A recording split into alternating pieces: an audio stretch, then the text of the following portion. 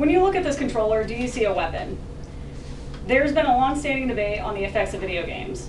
Are they beneficial? Do they make people violent?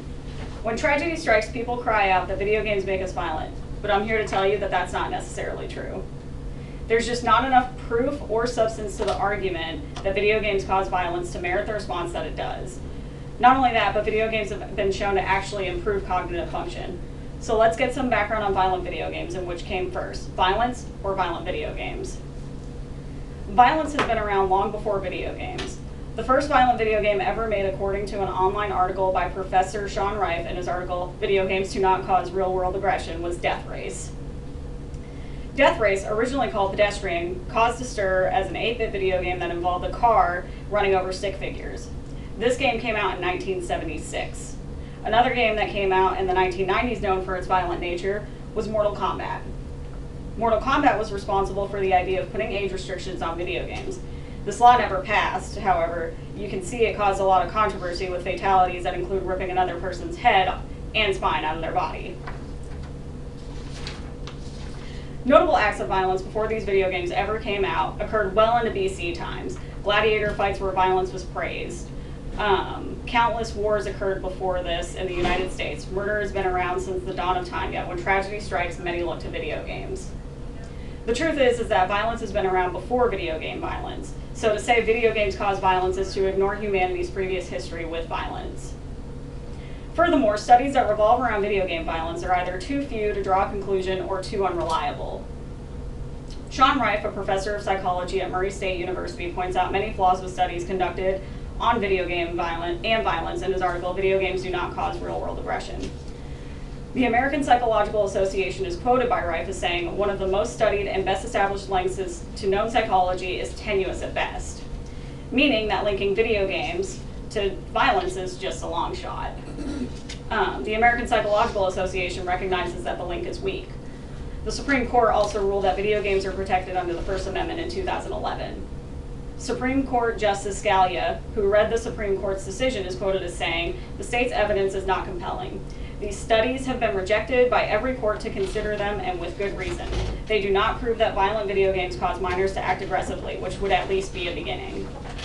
They show, at best, some correlation between exposure to violent entertainment and a minuscule real-world effects, such as children's feeling more aggressive or making louder noises in the few minutes after playing a violent video game than after playing a non-violent video game.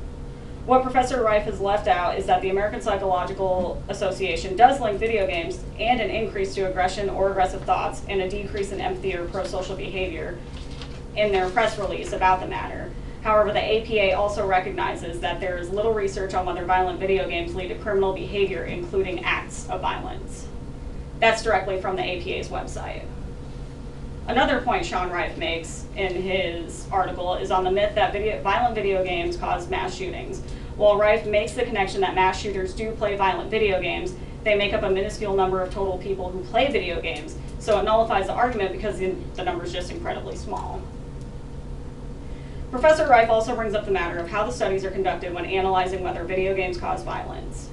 Many studies use what is called meta-analysis, or a study of studies.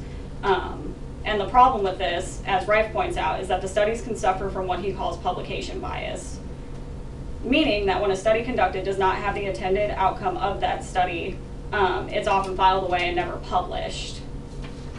So studies that may say that there is no link between video games and violence wouldn't show up in this meta-analysis. Only results that fit a certain agenda would.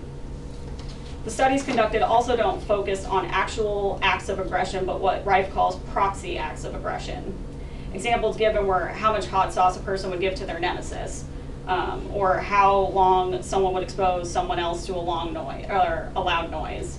This hardly is considered violent behavior.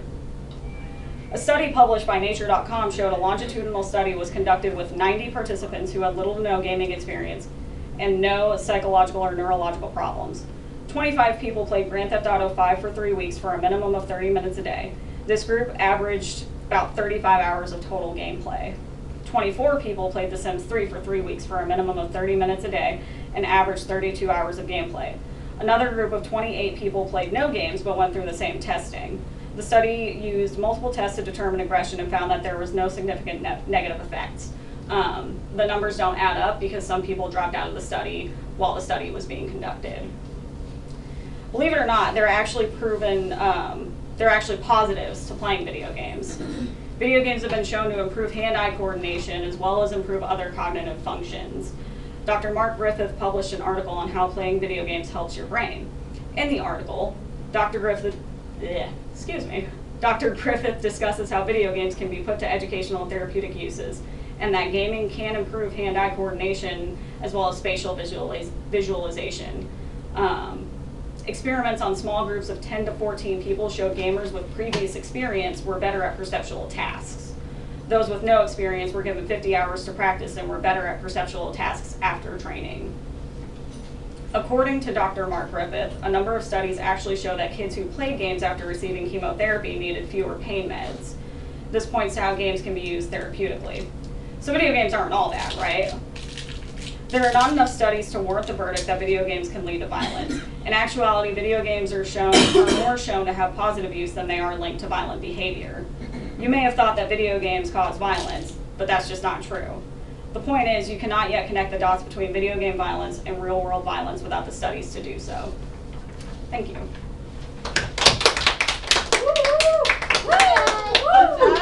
Good job.